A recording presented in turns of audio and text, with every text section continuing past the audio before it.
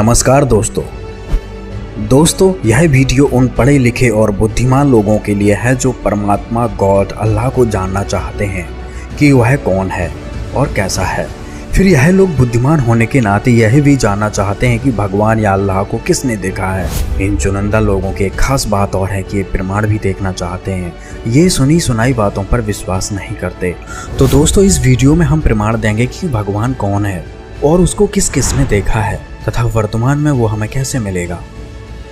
मैं रोबत हूँ सृष्टि को, सृष्टि रोवे मोहे, गरीब दास इस वियोग को समझ न सकता कोई। दोस्तों क्या हम लोग ही भगवान को खोज रहे हैं या फिर भगवान भी हमें खोज रहा है? यह बात आश्चर्यजनक जरूर है, लेकिन वह समर्थ परमात्मा ऐसा भी करते हैं ताकि संसार में परमात्मा के प्रति आस्था जीवित रहे। इसके लिए परमात्मा अपने बच्चों को तत्व ज्ञान से परिचित कराने के लिए प्रत्येक युग में प्रकट होते हैं, जिसका समर्थन हमारे सद्ग्रंथ भी करते हैं कि वह परमात्मा प्रत्येक युग में प्रकट होकर मनुष्य की तरह एक जीवन व्यतीत करते हैं और अपनी आत्माओं को सत्य ज्ञान प्रदान करते हैं। सतयुग में सत सुकृत कह टेरा, त्रेता नाम मुनिंद्र मेरा, द्वापर में करुणा मैं कहाया, कलयुग नाम कबीर धराया। जी हाँ दोस्तों, वह कबीर परमेश्वर ही है जो प्रत्येक युग में अलग अलग नामों से प्रकट होते हैं और अपनी प्यारी हंसात्माओं को सतमार्ग सतभक्ति देकर मोक्ष प्रदान करते हैं। तो दोस्तों आज हम चारों युगों की बात करेंगे और जानेंगे कि किस किस पुण्यात्मा को परमात्मा मिले। सबसे पहले बात करते हैं सतयुग की। सतयुग में परमात्मा सत सुकृत नाम से आए थे और सबसे पहले ब्रह्मा जी से मिले। उनको तत्व ज्ञान से सृष्टि रचना का ज्ञान करवाया, जिससे वो काफी प्रभावित हुए और परमेश्वर के उस ज्ञान को अद्वितीय बताते हुए प्रथम मंत्र प्राप्त किया। परमेश्वर ने ब्रह्मा तथा सावित्री जी को उपदेश दिया। इसके पश्चात परमात्मा विष्णु जी के पास विष्णु लोक में गए, उनसे चर्चा की तथा विष्णु जी को शिष्य बनाया। परमात्मा ने विष्णु जी व लक्ष्मी जी को उपदेश दिया। इसके बाद परमात्मा शिव जी के पास शिवलोक में गए तथा शिव जी व पार्वती जी को नाम उपदेश दिया। वैसे तो सतयुग में मनु महर्षि जी को भी कबीर परमेश्वर मिले थे। कबीर परमेश्वर उस समय सत सुकृत नाम से प्रकट हुए थे। अपने तत्व ज्ञान से मनु जी को परिचित करवाया था, लेकिन उन्होंने परमेश्वर के ज्ञान को सत्य न मानकर अपने द्वारा की जा रही भक्ति को ही श्रेष्ठ माना। दोस्तों सतयुग के बाद अब बात करते हैं त्रेता युग की। त्रेता युग में कबीर परमेश्वर ऋषि मुनींद्र के नाम से प्रकट हुए थे। दोस्तों रामायण में नल नील का नाम तो आपने सुना ही होगा। ये दोनों मौसेरे भाई थे और दोनों ही शारीरिक व मानसिक रोग से दुखी थे। परमात्मा ने उनको आशीर्वाद मात्र से ठीक करके और सत्य ज्ञान को उपदेश देकर अपनी शरण में लिया। इस युग में परमात्मा लंका में रहने वाले चंद्र विजय भाट व उनकी पत्नी कर्मवती को भी मिले और उसके बाद रावण की पत्नी मंदोदरी जी और भाई विभीषण को ज्ञान समझाया। यही कारण था कि राक्षसों की नगरी में होने के बावजूद भी ये धर्म का पालन करने वाले थे, किंतु रावण अभिमानी था, जिस कारण उसने किसी की ना सुनी और अपना सर्वनाश करवाया। मुनींद्र ऋषि जी के रूप में परमात्मा हनुमान जी को भी मिले थे। जब उन्होंने सीता जी द्वारा दी गई सच्चे मोतियों की माला को यह कहकर तोड़ दिया कि इसमें राम का नाम नहीं है, जब सीता जी के कटु वचन कहने पर हनुमान जी ने अपना सीना चीरकर अपने अंदर लिखे राम नाम को दिखाकर अयोध्या को त्याग दिया था। उसके पश्चात मुनींद्र ऋषि रूप में परमात्मा ने हनुमान जी को समझाया कि जिस रामचंद्र जी की आप भक्ति करते हो वह परमेश्वर नहीं है। मुनींद्र जी ने कहा कि मैं ही पूर्ण परमात्मा हूँ। तब हनुमान जी ने सत्य ज्ञान को स्वीकार किया। इसका प्रमाण पवित्र कबीर सागर के हनुमान बोध में है। अब बात करते हैं दोस्तों द्वापर युग की। दोस्तों त्रेता के बाद द्वापर युग आता है, जिसमें परमेश्वर कबीर जी करुणामय नाम से प्रकट हुए थे। उस समय एक वाल्मीकि जाति में उत्पन्न भक्त सुदर्शन सुपच उनके शिष्य हुए थे।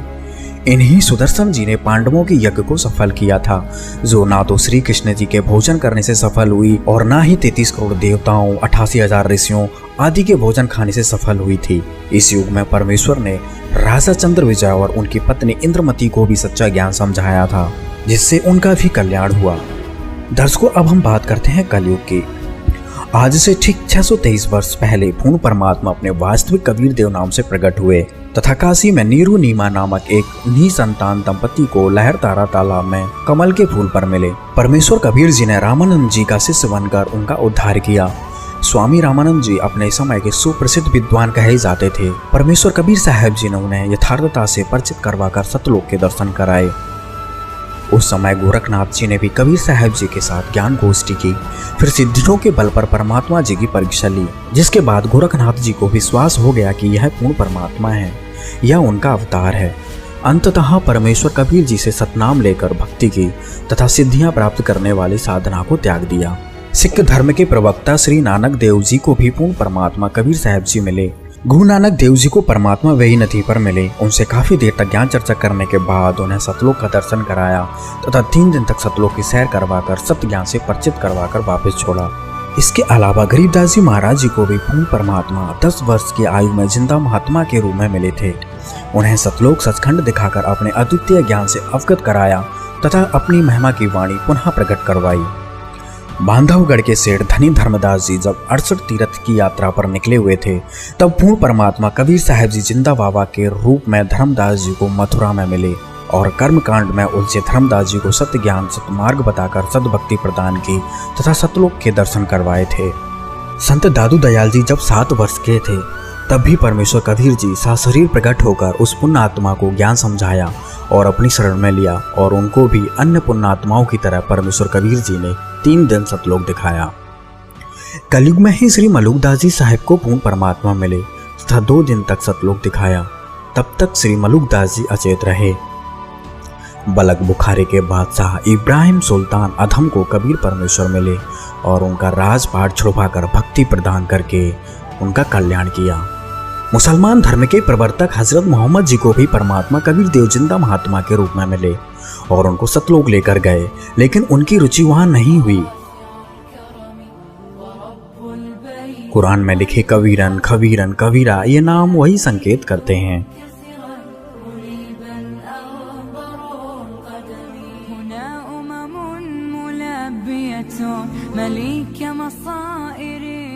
राजस्थान के समराथल धोरा नामक स्थान पर परमेश्वर कबीर जी आदरणीय जंबेश्वर जी को मिले, उनको सतलोक की महिमा सुनाई तथा भक्ति मार्ग देकर कल्याण किया। दोस्तों, कलयुग में और भी अन्य महापुरुष हुए जिनको परमेश्वर कबीर जी मिले, जैसे पीपल जी, धन्ना भगत जी, रविदास जी, घीसादास जी आदि। तो दोस्तों, इस वीडियो को देखकर आपको पता चल ही गया होगा कि किस प्रकार परमात्मा प्रत्येक युग में हमारे लिए, हम जीवों के उद्धार के लिए प्रकट होते हैं। वे हमारे परमपिता हैं और हमें सच्चा ज्ञान व भक्ति देकर पुनः उस सुखमय स्थल पर लेकर जाना चाहते हैं जहां से हम गलती करके यहाँ काल लोक में आ गए हैं। दोस्तों, इन सभी महापुरुषों को परमेश्वर कबीर जी मिले तथा सतलोक दिखाकर वापस छोड़ा, जिसके बाद उन्होंने परमेश्वर कबीर जी के वचन पर डटकर भक्ति की। अतः आप सभी से हमारा निवेदन है कि वर्तमान में पूर्ण परमात्मा कबीर साहब जी के अवतार रूप में संत रामपाल जी महाराज जी आए हुए हैं और वही सत्य ज्ञान जो कबीर साहब जी ने बताया, वही ज्ञान संत रामपाल जी महाराज बता रहे हैं। प्रभु प्रेमी आत्मा इस ज्ञान को स्वीकार करें। मानव जाति के लिए संत रामपाल जी महाराज द्वारा दिया गया ज्ञान अनमोल खजाना है। अभी तक हमने जिन भी महापुरुषों के नाम बताए, उन सभी महापुरुषों की वाणी में कबीर परमात्मा की महिमा का विस्तार से वर्णन किया गया है, लेकिन वर्तमान में पूर्ण परमात्मा की सही जानकारी केवल संत रामपाल जी महाराज जी ने जनसाधारण को बताया है। कुछ धर्म के स्वार्थी लोगों ने परमात्मा की इन वाणियों को कि कबीर ही परमात्मा है और परमात्मा किन किन लोगों को मिले, इन सभी वाणियों को छिपा कर रखा। तो आप सभी से निवेदन है, इस सारे तत्व ज्ञान को विस्तार से जानने के लिए संत रामपाल जी महाराज जी के मंगल प्रवचन अवश्य सुने। दोस्तों, इस पूरी वीडियो को देखने के लिए आपका बहुत बहुत धन्यवाद। अंत में परमात्मा कबीर साहब जी के एक वाणी के साथ इस वीडियो का समापन करते हैं। कबीर परमेश्वर ने कहा है, कबीर जो जन हमारी शरण है, ताका हूँ मैं दास, गैल गैल लाग्या फिरूं, जब तक धरती आकाश। धन्यवाद।